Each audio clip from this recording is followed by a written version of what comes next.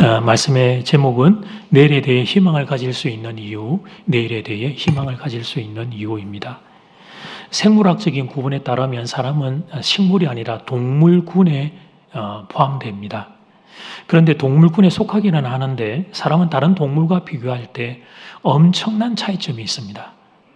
그 중에 하나가 우리는 시간에 대한 개념을 소유하고 있다는 사실이죠. 사람은 어제, 오늘, 내일에 대하여 시간 감각을 가지고 있습니다. 역시 만물의 영장다운 특별한 능력이 아닐 수 없습니다. 이 능력으로 인해서 사람은 다른 동물들이 할 수 없는 많은 일들을 이루어 왔습니다. 과거에서 배운 것들로 우리는 오늘을 살 수 있었고 또 미래를 오늘 우리가 미리 준비함으로 인해서 더 나은 세상을 도모할 수 있었습니다. 이것은 시간 인지 능력이 인간에게 준 축복입니다. 그러나 모든 것은 동전의 양면이 있는 법, 시간 개념을 소유한 사람들은 미래에 대한 두려움도 함께 안게 된 거예요. 축복이지만 이것은 또한 우리에게 불안 요소가 함께 같이 내포가 되어 있는 거죠. 미래는 아직 맞이하지 않은 시간이기 때문에 불확실할 수밖에 없습니다. 그런데 사람인 우리는 불확실을 견딜 줄 못합니다. 그래서 어쩔 수 없이 이제 불안함이 찾아옵니다. 내일이 어떻게 될까 염려가 되고 걱정이 됩니다. 이것은 모든 인간이 다 지니고 있는, 저도 지니고 있는 공통적인 특성입니다. 또 이렇게 재미있는 건 잘 살기를 원하는 사람들일수록 더 내가 참 더 나은 인생이 되어야지 손을 품고 있는 인생들일수록 반대로 그 불안은 더 심해질 가능성이 있더라 하는 거죠. 이것이 시간 개념을 소유하고 있는 인간의 딜레마입니다. 사랑하는 여러분, 여러분은 여러분의 그 내일과 미래를 어떻게 맞이하시겠습니까? 내일을 우리 모두가 다 내일을 다 가지고 있고 내일에 대한 인식도 우리가 다 있는데 그렇다면 우리가 그 내일을 바라볼 때 희망으로 이렇게 바라볼 수 있어야 될 텐데 어떠셔요? 여러분의 마음은 여러분의 내일과 여러분의 자녀의 내일에 대하여 희망이 자리하고 계십니까? 그렇지 않습니까? 오늘은 이 주제를 이제 요한복음 서론 안에서 함께 좀 공부하려고 해요. 오늘도 지난주 이어서 로이드 존스 목사님의 책에서 제가 도움을 받았습니다. 이 어른의 책은 뎁다 두껍고 뎁다 어려운데 제가 이해할 수 있는 수준으로 정리를 해서 오늘 이제 제가 여러분과 함께 같이 공부를 하려고 하는 거예요. 우리가 내일에 대해서 희망을 가질 수 있는 이유의 첫 번째는 모든 것은 하나님의 것이기 때문입니다. 모든 것은 하나님의 것이기 때문입니다. 성경의 첫 부분과 마지막 부분을 우리가 알죠. 그런데 한번 확 꿰어가지고 같이 한번 좀 본다면 시작적 창세기 1장 1절은 태초에 하나님이 천지를 창조하시니라고 시작됩니다. 그러면서 창세기 1장에는 첫째 날, 둘째 날, 셋째 날에 창조의 영광이 파노라마처럼 쫙 펼쳐지죠. 문자니까 우리가 그 영광의 위용을 잘 모릅니다만 그걸 정말 영어로 만든다면 천지창조의 그 영광이 얼마나 아름다울까. 근데 이 성경이 끝나고 있는 이 요한계시록의 마지막 부분도 가서 보면 눈부시게 찬란한 새 하늘과 새 땅이 도래합니다. 이 못된 신천지가 좋은 단어를 갖다 가서 악용하고 오용하고 있어서 문제인데 새 하늘과 새 땅이 그렇게 도래하죠. 길 가운데로 생명수 강이 흐르고 사실사철의 과실이 열리며 어둠과 슬픔은 사라지고 빛과 희락만이 있는 영광의 나라입니다. 이 또한 영광스럽고 찬란한 끝이에요. 끝. 그러면 여러분 그 중간 한가운데는 어떻습니까? 다시 말해서 창세기 3장 이후부터 계시록 20장에 이르기까지 그 중간 사이에는 무슨 일이 일어나고 있습니까? 우리가 기대하는 것과 달리 엉망진창입니다. 실망, 모순, 부조리로 가득 차 있습니다.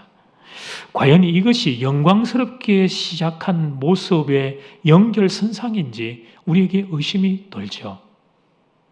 인류 최초의 가정에서 발생했던 살인사건, 거기에서 비롯된 이 슬픔과 눈물은 시줄과 날줄이 되어서 인류의 모든 시간, 모든 공간에 추한 역사의 그림을 그렇게 만들어 오고 있습니다. 이 세상의 수많은 암투와 권력 투쟁들, 지도자의 위치에 있는 이들이 그런 모습을 보이고 있고 또 우리는 러시아와 우크라이나 전쟁을 2022년도에 목도하고 있습니다. 이렇게 많이 배운 사람들이 살고 있는 시대의 참혹함을 우리는 보는 거예요. 여러분, 우리가 이런 와중에도 우리는 하나님에 대한 믿음을 지탱할 수 있을까요? 이렇게 어둡고 불합리한 세상 가운데서도 하나님이 계시고 이게 하나님의 손길 안에 있다는 것을 우리는 정말 믿을 수 있을까? 정말 우리가 성도로서 이런 세상 한가운데서 믿음을 유지하며 살 수 있을까? 이 질문에 대해서 요한복음 1장은 답을 이렇게 제시하는데요. 먼저 1절에서 3절 말씀. 태초에 말씀이 계시니라. 이 말씀이 하나님과 함께 계셨으니 이 말씀은 곧 하나님이시니라. 그가 태초에 하나님과 함께 계셨고 만물이 그로 말미암아 지은 바 되었으니 지은 것이 하나도 그가 없이는 된 것이 없느니라. 아멘. 만물이 하나님의 손 안에 있다는 거예요. 그러니까 이 모든 모순에도 불구하고 지금 우리가 살고 있는 이 세상이 하나님의 것이며 하나님의 손 안에 있다는 선언입니다. 여러분, 이 세상은 하나님의 소유입니다. 이 말이 어떤 의미냐면 하나님의 소유라는 것은 질서의 하나님, 창조의 하나님이기 때문에 무의미한 세상이 아니라는 거죠. 목적을 가지고 창조를 하셨습니다. 그래서 피조물들에게도 하나님의 의도와 의미가 담겨 있습니다. 전능하신 하나님이 창조하셨다, 전지하신 하나님이 창조하셨다라고 선언할 때 뒤따라오는 결론은 바로 이거죠. 그러니까 피조물의 한 영역인 우리도 나도 하나님의 선한 목적 하에 만들어진 존재입니다. 여러분 중에 단 한 분도 실패 작품은 없습니다. 하나님의 선한 의도로 만들어진 존재라는 것을 기억하시기를 바랍니다. 물론 이 선언은 지금 현재 우리의 인식 능력으로 이 세상에서 일어나고 있는 일들에 대해 내가 내 지각 능력으로 모든 걸 다 이해할 수 있다, 그런 건 아닙니다. 저 개인적으로도 제가 참 잘 이해가 안 되는, 제 인생을 놓고 볼 때 이해가 안 되는 몇 가지 사실이 있습니다. 나는 왜 이 정도로밖에 안 생겼는가가 이해가 안 됩니다. 장동건 씨처럼 생겼으면 좋았을 텐데 왜 나는 이렇게 미안하게 생겼는지 하는 것이 늘 이해가 되지를 않습니다. 여러분, 목소리도 좋았으면 얼마나 좋을까요? 어제도 그 찬양 집회를 하는데 너무 좋은 거예요. 내가 저 정도만 찬양을 불렀다면 우리 교회가 한 10,000배 부흥했을 텐데, 여튼 그런 생각이 들더라고요. 왜 동굴 목소리 있잖아요. 그 우리 자매들이 좋아하는 가수 김동률 씨처럼 멋진 목소리를 이게 좀 주시면 좋았을 텐데, 그러면 설교할 때 여러분 훨씬 은혜가 되고, 또 저는 또 저대로 또 좋고, 아니 주님 좋고 저 좋고 그런데, 근데 왜 저에게 감사함보다 미안함에 이렇게 외모를 주셨는가, 이게 이해가 잘 안 된단 말이에요. 남의 일이니까 여러분은 막 그렇게 웃으시지만 좋습니다. 웃는 자리니까 저도 함께 여러분과 함께 웃고 넘어가겠습니다. 그런데 여러분, 뭐가 아프냐면 웃고 넘어갈 수 없는 일들이 또 우리 인생에 많이 일어난다는 거예요. 우리의 머리로, 우리의 인지 능력으로 이해할 수 없는 일이 우리의 삶에 일어난다는 거죠. 그런데 오늘 이 요한복음의 1장에 하는 선언은 뭐냐면, 그러나 그럼에도 불구하고 우리가 이해할 수 없고 우리의 논리와 우리의 이성을 담아낼 수 없는 일들이 일어날지라도 이 세상에, 우리의 인생에는 하나님의 선한 의도와 목적이 담겨 있다는 것을 기억해야 한다. 요한복음은 그렇게 문을 열어가는 겁니다. 여러분, 우리는 아이들을 보면서 조금 그런 힌트를 얻어요. 아이들은, 여러분, 어린아이들은 주변에서 일어나고 있는 일의 의미를 어른인 우리만큼 파악할 수 있는 인지 능력이 없죠.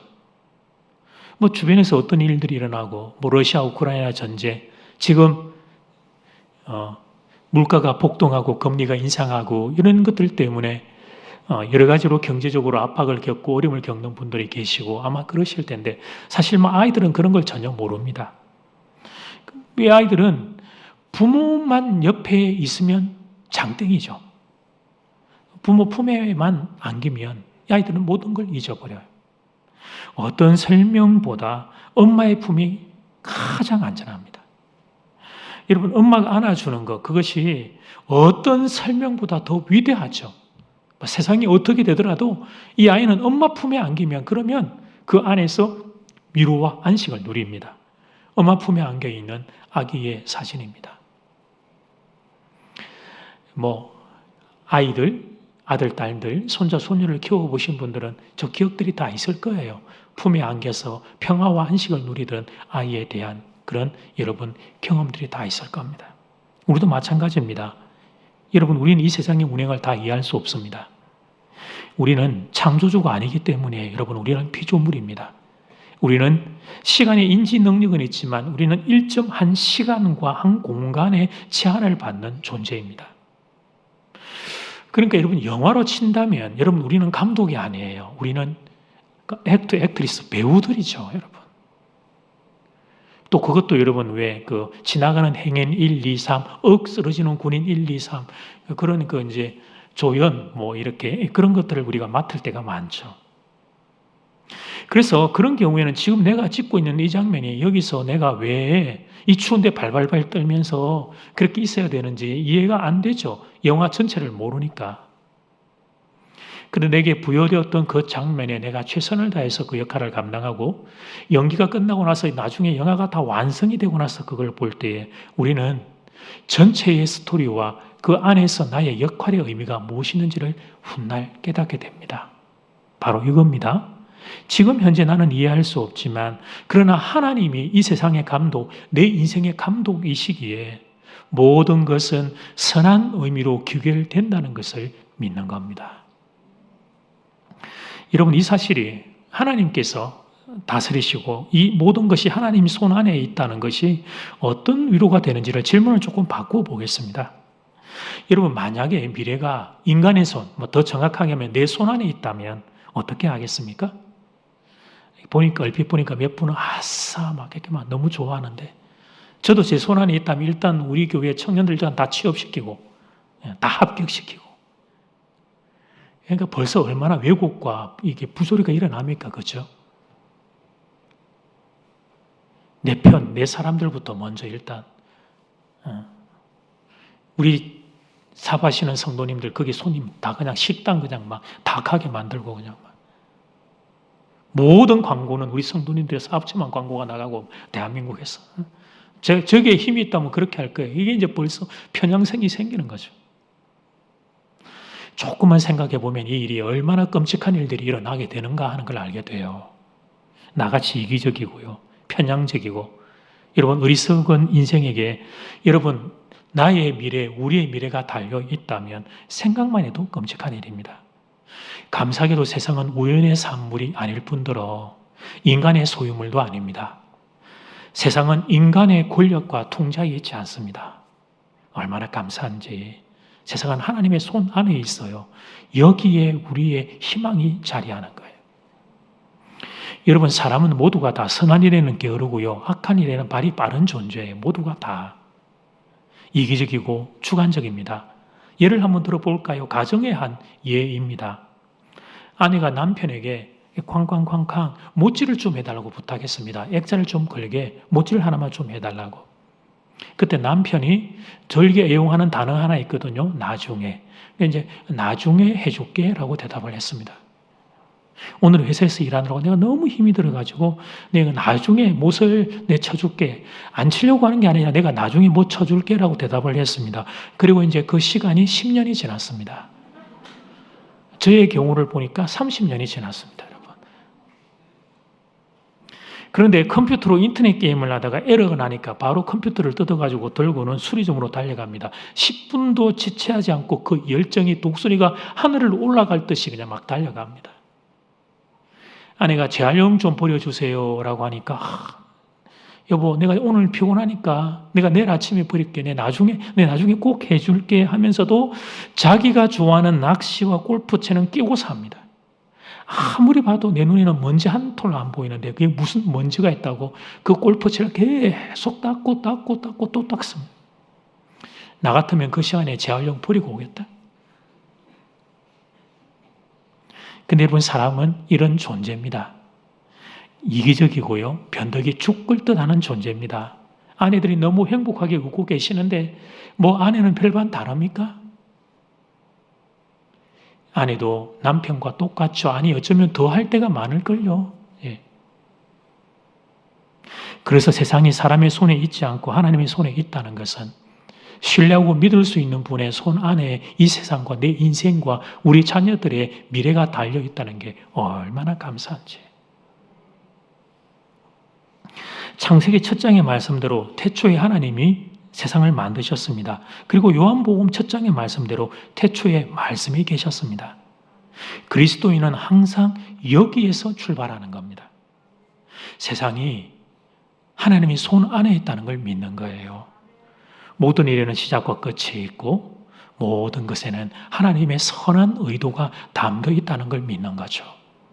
이 말은 우리들의 인생도, 저와 여러분의 인생도 하나님의 선한 손길 아래, 목적 아래 있다는 사실을 믿는 겁니다. 그럼요. 여러분, 우리는 죽음 이후에도 주님이 우리에게 생명을 주시는 분이시니까.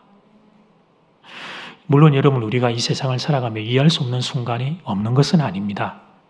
이별도 있고요, 실패도 있고요, 중요한 시험에 낙방을 하기도 합니다. 그런데 그 모든 순간들을 다 모아서 하나님이 선을 이루어 가실 걸 믿는 거죠. 이 선도 우리가 생각하는 정도의 선이 아니라 창조주 하나님이 보시는 더 포괄적이고 더 광범위한 그런 선을 향하여 이루어 가신단 말이에요. 우리 인생은 내 것이면 내가 책임져야 되지만 하나님 것이기에 하나님이 책임져 주십니다. 이게 로마서 8장 28절 말씀. 하나님을 사랑하는 자, 곧 그 뜻대로 부르심을 입은 자들에게는 모든 것이 합력하여 선을 이루느니라. 믿으시면 아멘, 아멘. 성도는 이 말씀을 인생의 기준으로, 중심으로, 푯도로 삼고 사는 거예요. 계속 우리를 흔들어 대어도 이 말씀을 지지대로 딱 삼아서 불어오는 바람에 흔들리지 않고 인생의 중심을 딱 잡고 사는 거란 말이죠. 이것이 성도가 세상 사람과 다른 큰 차이점입니다. 세상 사람은 믿을 구석이 자기밖에 없죠. 자기밖에. 그래서 자기의 계획대로 안 되면, 자기가 생각하고 있는 어떤 그런 보루가 무너져 버리면 그 인생도 여지없이 같이 와르르 무너집니다. 내일에 대한 염려와 두려움이 그의 가슴을 엄습하는데 막아낼 방법이 없는 거예요. 그러나 성도는, 오늘 이 말씀을 기억하면 성도는 다른 삶이 열리기 시작합니다. 지금 현재 이해할 수 없는 순간을 직면한다고 하더라도 우리가 볼 때 저 성도는 정말 못 견딜 것 같다라고 생각하는 현실 앞에 서 있는데도 불구하고 글쎄 내일의 희망을 가슴에 붙잡고 있는 거예요. 내 인생 내 것이 아니야. 내가 책임지지 않아도 하나님이 책임져 줄 것을 믿는 겁니다. 하나님이 합력하여 선을 이루어 주실 것을 믿는 겁니다. 바로 이 이유 때문에 나의 능력과 나의 실력과 나의 어떤 힘 때문이 아니라 하나님이 나의 하나님이시며 하나님이 내 인생을 붙잡고 있다는 이 사실 때문에 성도는 내일을 바라볼 때 희망을 품고 바라보는 겁니다. 바라기는 여러분에게 이 사실이 오늘 믿음이 될 수 있기를 축복합니다.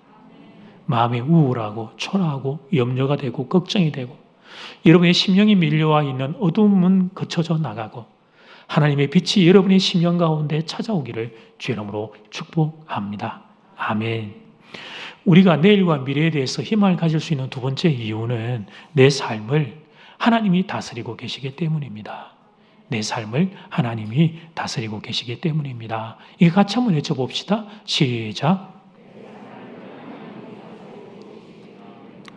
아멘.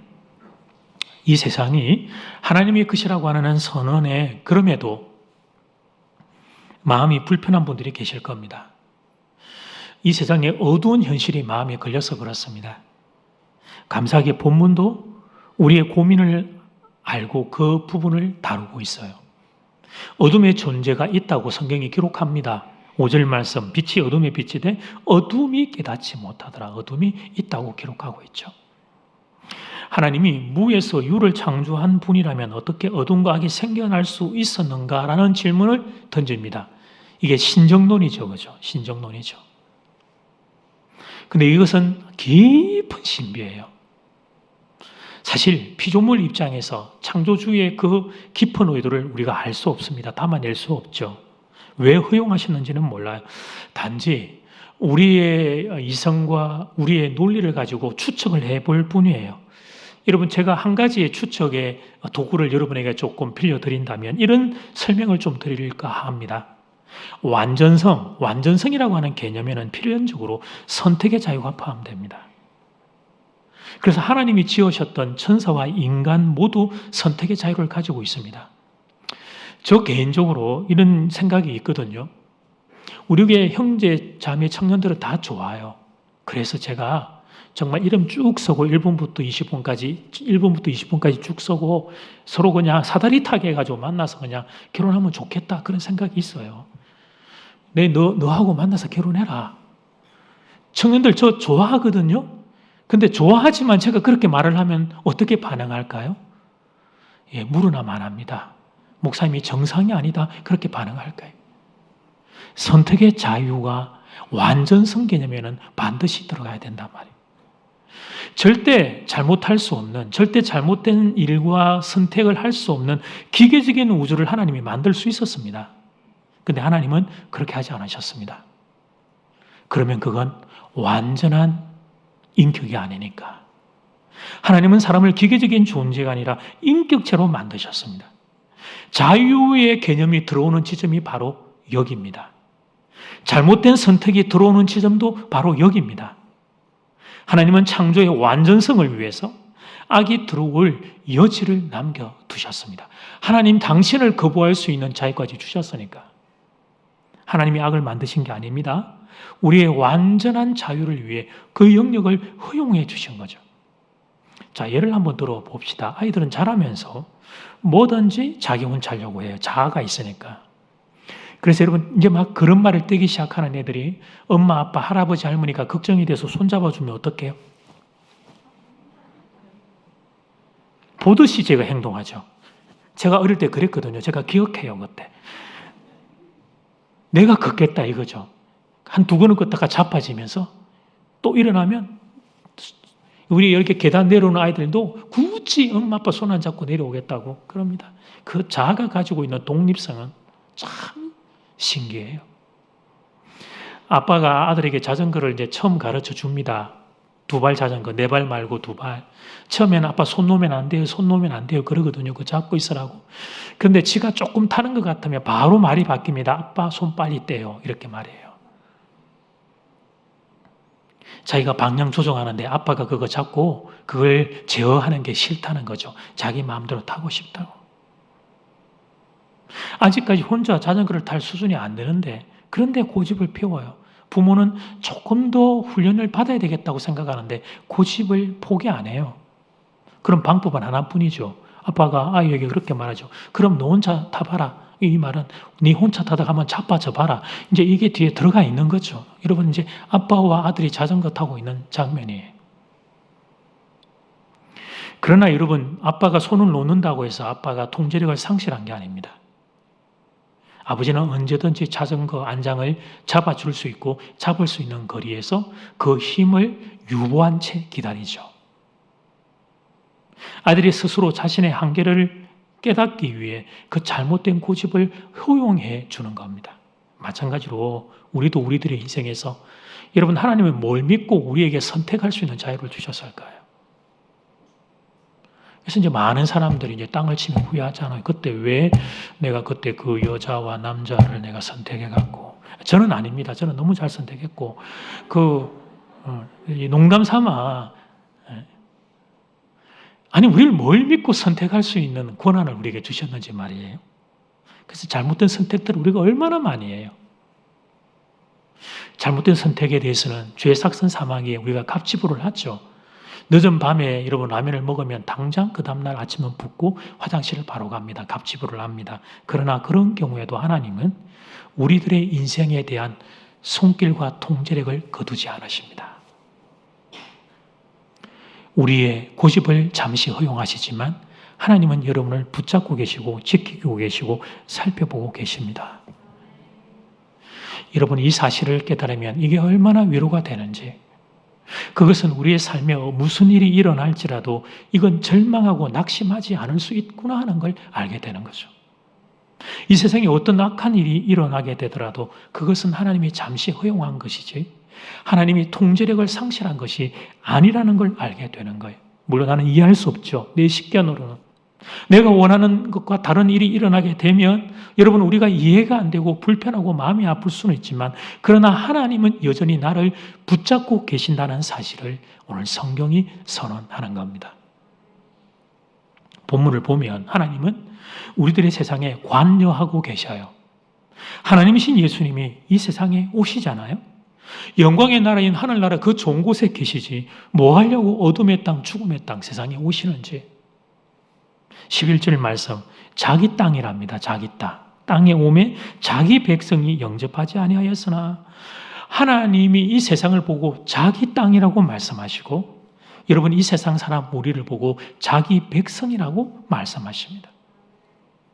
하나님은 창조주시라고 피조물인 인간과 우리가 살고 있는 땅을 조롱하고 하대하고 낮춰보지 않으십니다. 어둠과 죄에 갇힌 인간들아 나를 거부하고 스스로 죄에 갇힌 인간들아 그러니까 이제부터 너희가 선택했으니까 너희들의 삶은 너희가 알아서 해라. 그렇게 방치하지 않으십니다. 하나님은 이 땅에 있는 인생들을 사랑하십니다. 사랑해도 너무 사랑하셔서 당신의 하나밖에 없는 아들을 이 땅에 보내주십니다. 우리 살려내려고. 세상은 하나님의 피조세계죠. 피조세계는 창조주를 바라보는 게 원칙이에요. 그런데 창조주가 싫다고 거부하고 반역하고 죄를 지었습니다. 그러니까 죄가 들어와 타락하고 저주를 받아 온 세상이 어둠 가운데 빠졌어요. 이게 여러분 우리의 현실이죠. 우리가 그래서 죄로 물든 오염된 세상에서의 그 파편들을 경험하고 살아요. 이에 대한 하나님의 해결책은 그럼에도 불구하고 창조주 하나님을 거부하고 그래서 스스로 죄에 빠져버린 어리석고 미련한 인생들을 그럼에도 불구하고 내치지 않고 여전히 우리를 향하여 관심을 쏟으십니다. 여러분 아예 세상을 깨끗이 좀 썰어버리지 그냥 이게 골치 아픈데. 아니면 그냥 아예 노터치 관심을 가지지 말죠. 그래. 아니 내가 그렇게 싫냐 내가? 그래 뭐 너희 자유니까 그러면 나 싫어해라. 나도 좋다. 나 너희 모르겠다. 내가 그렇게 싫다니까 너희가 너희들 마음대로 한번 살아봐라. 그렇게 세상과 우리를 방치할 수도 있었습니다. 우리가 선택했으니까 하나님이 싫다고. 그런데 하나님이 세상을 버리지 않으십니다. 얼핏 보면 여러분 우리가 이해할 수 없는 순간들 때문에 하나님이 버리신 것 같지만 하나님은 세상을 버리지 않으십니다. 우리가 알지 못하는 방법과 우리가 알지 못하는 시간에 하나님이 이 세상에 개입하십니다. 계속 세상에 관심을 보이십니다. 세상에서 죽어가고 있는 인생 우리를 불쌍히 여기십니다. 그 결정타가 예수님을 이 땅에 보내주신 것입니다. 하나님은 당신의 아들을 이 땅에 우리에게 보내실 정도로 저와 여러분을 많이 사랑하셨습니다. 여러분 이보다 더 큰 관심과 이보다 더 큰 사랑은 없어요. 여기 자녀들은 잘 모를 텐데 조금 있다가 이제 여러분 똑 닮은 아이를 딱 낳아보면 알게 돼요. 여러분 자녀들이 좀 장성해서 멀리 떨어지는 경우가 있습니다. 군입대, 공부하기 위해서 유학을 간다든지 직장 취업 때문에 다른 데를 간다든지 또 결혼해가지고 아이들이 좀 떨어져 있거나 그럴 수 있습니다. 그때 부모의 마음은 어디 있을까요? 그렇습니다, 여러분. 부모의 마음은 자녀가 있는 그곳에 가 있습니다. 지금 부모의 몸은 이 부산 땅에 있지만 마음은 자녀가 있는 그곳에 가 있습니다. 이놈 밥은 잘 먹었는지 또 어디 편의점에서 그냥 인스턴트 그냥 사 먹는 거 아닌지 그래서 엄마가 아들하고 딸하고 전화하면 떨어져 있는 자녀하고 전화하면 맨날 하는 게 니 밥 먹었냐 하고 참 맨날 하는 이야기가 밥 먹었냐 라면 먹지 마라 따뜻한 밥 먹어야 된다 잠은 잘 자는지 시간 맞춰서 어디 아픈 데는 없는지 날씨가 또 더워지는데 방에 에어컨은 있는지 전기세 비싸다고 또 에어컨 안 켜고 살고 있는 건 아닌지 부모 자기 자신은 전기세 아깝다고 에어컨 안 켜면서 오늘 주일인데 이놈이 교회 가서 예배는 잘 드리고 있는지 부모의 마음은 온통 자녀에게 가 있습니다. 자녀에게. 똑같습니다. 하나님이 당신의 아들 예수를 이 땅에 보내셨다는 건 하나님의 마음이 어디 있다는 거예요? 이 땅에 우리가 있는 이곳에 아버지 하나님의 마음이 여기 있단 말이에요. 여기에. 하나님의 마음과 관심이 온통 여러분에게 쏟아지고 있습니다. 근데 성도들이 이 사실을 왜 이렇게 안 믿을까요? 안 믿을까요? 하나님 나를 사랑한다는 사실을 왜 이렇게 안 믿을까요? 더 여러분 여기서 기가 막히는 사실 하나를 좀 알려드릴까요? 그것은 하나님의 아들 예수님을 그렇게 우리를 사랑해서 보내주셨는데 세상이 여러분 그 주님을 알아보지를 못한 거죠. 아니 알아보지 못한 정도가 아니라 세상이 예수님을 거부했습니다. 그 말씀 듣는 게 좀 불편하다고. 심지어 능멸하고 십자가에 매달아 죽여버립니다. 여러분 이건 같은 인생들로서 같은 인간으로서 참 인정하기 싫은 사실이지만 실제 일어난 사건이죠. 이처럼 자기 백성이 자기를 거부했음에도 불구하고 예수님은 세상에 오셨습니다. 짝사랑도 이런 짝사랑이 없습니다. 예수님은 세상에 오셨고 지금도 여러분 옆에서 함께 일하고 계시고 그리고 주님은 장차 다시 오실 겁니다. 왜요? 여러분을 사랑하니까. 목회 현장에 있다 보면 이런 탄식을 하는 성도님을 만날 때가 있습니다. 신방을 가서 같이 대화를 하면 너무 힘들어서 목사님, 하나님은 저는 사랑하지 않는 것 같습니다. 하나님이 목사님은 사랑하는지 모르지만 저는 하나님이 사랑하지 않는 것 같습니다. 그렇게 말씀하실 때가 있어요. 저는 그때 그분이 하시는 말씀을 충분히 이해합니다. 그분이 직면한 현실이 제가 보기에도 너무 아프기 때문이에요. 눈물 없이 들을 수 없는 이야기입니다. 제3자임에도 불구하고 아픔이 느껴져요. 그래서 그럴 때면 저는 그냥 묵묵히 그냥 그분의 손을 이렇게 꽉 붙잡아 드립니다. 함께 붙잡아 드리고 함께 있어 드리고 좀 함께 마음을 같이 해서 아파하기 위해 저도 좀 노력하고 그렇게 해 드립니다. 그 순간은 어떤 설명을 해도 어떤 설명이 그 순간에 그분의 마음을 위로할 수 없다는 걸 알기 때문이죠. 그건 오히려 더 그분의 마음을 대게 하고 힘들게 하다는 걸 아니까 옆에 같이 있으면서 함께 손을 잡아드립니다. 이제 좀 시간이 지나서 그 성도님의 마음이 조금 진정된 오늘 제가 그 뒤에 추가로 꼭 좀 들려드리고 싶었던 이야기 하나를 들려드리려고 합니다. 그것은 그렇게 힘들고 아프고 눈물 나는 그 현실이 사실이고 실제이기는 하지만 그러나 그럼에도 불구하고 성도님, 하나님은 성도님을 사랑하십니다. 그 이야기를 꼭 들려드리고 싶어요. 그 증거가 뭐냐고 물어보신다면 저는 예수님을 보여드리겠습니다. 당신의 하나밖에 없는 아들을 이 세상에 보내주신 아버지 하나님의 그 마음을 보여드리겠습니다. 여러분, 부모님 여러분들 중에 여러분의 자녀를 나쁜 환경에 보내고 싶으신 분?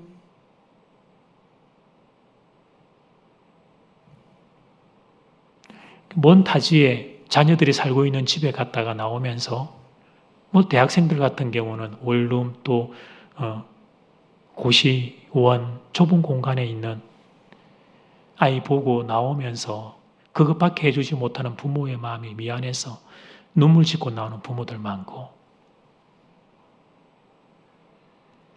자녀들 결혼할 때 조금 더 좋은 환경으로 결혼시켜주면 좋은데 그거 못하는 부모의 마음들 많고 세상에 어떤 부모가 자녀를 어렵고 힘든 환경에 보내고 싶겠어요.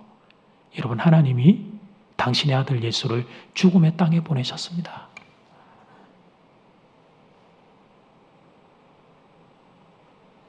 무슨 말이냐면 하나님이 여러분을 많이 사랑하신단 말이에요. 여러분을 많이. 우리가 생각하고 상상할 수 없을 정도로 그분이 여러분을 많이 사랑하십니다. 여러분, 고아원에서 자란 아이들 같은 경우에는 마음에 상처가 많이 있습니다. 그 중에서 가장 큰 상처가 뭐냐면, 제가 이제 이전에 청년들을 만나서 교제하며 그런 청년을 만났던 적이 있는데, 그것은 부모에게 버림받은 마음이에요. 부모에게 버림받은 마음. 그래서 나는 쓸모없는 인생이다. 이 생각이 이 아이의 마음에 다 이렇게 있어요. 이 절망은 이 사람의 인생의 끝자락까지 쫓아가요. 그래서 이제 조금 열심히 해서 좀 살 것처럼 섰다가도 확 주저앉아 버리고 또 주저앉아 버리고 이 사람의 발목을 딱 붙잡아서 주저앉아 내리는 가장 큰 상처예요. 나는 버림받은 인생이야. 나는 의미가 없는 인생이야. 내 부모가 나를 버린 것처럼 내가 직장에서 예를 든 불협화음이 일어났을 때 저 상사도 직장 동료들도 나를 버릴 거야 라고 하는 상처가 이 사람의 마음을 계속 공격하는 거예요. 그래서 훗날 그 생모를 어떻게 참 감사하게 다시 만나게 되었을 때 이 아이들이 처음 하는 말이 자막을 보시면 이 말을 한대요. 엄마, 그때 왜 날 버렸어요? 엄마, 그때 왜 날 버렸어요? 엄마는 울면서 버린 게 아니었다. 어쩔 수 없는 어떤 그런 일들이 있었다라고 이제 설명을 하고 이 아이의 마음을 위로합니다만 버림받은 마음은 참 우리 인생에게 너무 큰 상처죠. 근데 여러분, 우리가 인생을 살다가 성도가 이 세상을 살다가 어떤 실패를 경험하고 어떤 어려움을 경험하면 그때 성도의 마음에서부터 싹 드는 생각이 뭐가 있냐면 바로 이거예요. 하나님, 왜 나를 버리셨어요? 그런 마음이 들어요. 하나님, 그때 왜 나를 버리셨어요? 그런 마음이 들어요. 왜냐하면 그 이전에는 나도 잘 몰랐어요. 하나님이 아버지고 내가 그분의 아들과 딸이라는 걸 잘 몰랐는데 사실 우리는 영적으로 그걸 알고 있었던 거죠. 그러니까 우리 하나님의 아버지니까 자녀 입장에서 하나님을 향하여 우리가 그런 탄식을 하는 거예요. 하나님, 내가 그때 그렇게 아플 때 왜 나를 버리셨어요? 그렇게 우리가 그분을 향해 말하게 돼요. 오늘 말씀은 말이에요, 여러분. 혹시 그런 분들이 있다면 그런 분들을 향하여 주시는 깊은 위로의 말씀입니다. 하나님은 오늘 여러분에게 말씀하십니다. 내가 너를 버리지 않았다고. 내가 너를 버리지 않았다고. 내가 너를 사랑한다고. 더하여 하나님은 우리의 미래를 향해서도 소망을 주십니다. 내일에 대해서 아무런 그림이 그려지지 않아요. 뭐 단서 하나 보이지 않아요. 근데 하나님이 우리의 내일을 책임져 주실 것이라고 말씀하셔요.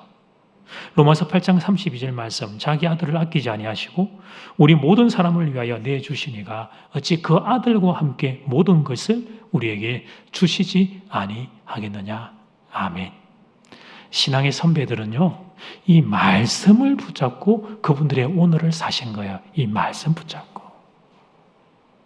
내일에 대한 어떤 그림이 그려져서 희망을 품으셨던 게 아닙니다. 잘 아는 아브라함, 갈 바를 알지 못하고 한 번도 가보지 못하고 경험하지 못한 지시할 땅으로 그가 갔던 거 아니에요. 그분들도 아무 것이 보이지 않았어요. 우리와 모습은 다르겠지만 그분들도 인생이기에 현실의 고통과 고난을 경험하셨습니다. 그러나 말씀 믿고요, 말씀. 하나님 말씀 믿고 그분들은 내일을 하나님이 지켜주실 것이라는 희망을 가슴에 안고 오늘을 하루하루 걸어가신 겁니다. 바라기는 여러분에게도 오늘의 이 말씀이 힘이 되기를 소원합니다. 한 치 앞도 알 수 없는 내일, 우리 모두가 다 우리의 한 치 앞을 몰라요. 여러분이 그토록 사랑하는 자녀들의 내일을 우리가 모르죠. 그러나 하나님이 책임져 주실 겁니다. 이 믿음이 작동하기를 바랍니다. 그러면 우리의 마음에 내일에 대한 하나님이 주시는 희망이 자리하게 될 겁니다. 새벽의 동이 먼 곳에서 터오듯이 희망의 빛이 여러분의 심령에 비치기를 주의 이름으로 축복합니다. 아멘.